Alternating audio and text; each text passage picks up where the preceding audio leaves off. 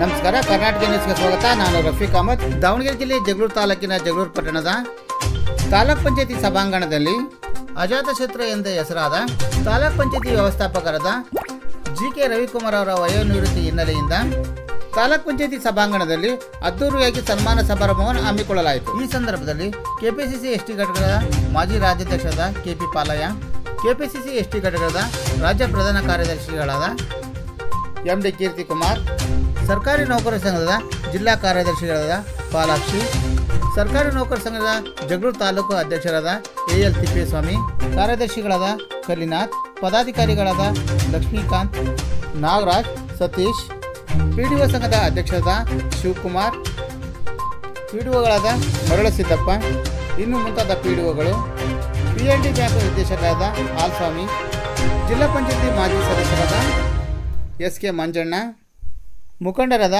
ಶಿವಣ್ಗೌಡರು, ಕೃಷ್ಣಮೂರ್ತಿ, ಯು.ಜಿ. ಶಿವಕುಮಾರ್, ಪಾಟೇಲ್, ಪ್ರಕಾಶ್ ರೆಡ್ಡಿ, ನಾಗೇಶ್ ರೆಡ್ಡಿ, ಪ್ರಥಮ ದರ್ಜೆ ಗುತ್ತಿಗೆದಾರರಾದ ದೀಪಕ್ ಪಾಟೇಲ್, ಗಡಿಮಾಕುಂಟೆ ಸಿದ್ದೇಶ್, ಇನ್ನು ಮುಂತಾದವರು ಉಪಸ್ಥಿತರಿದ್ದರು.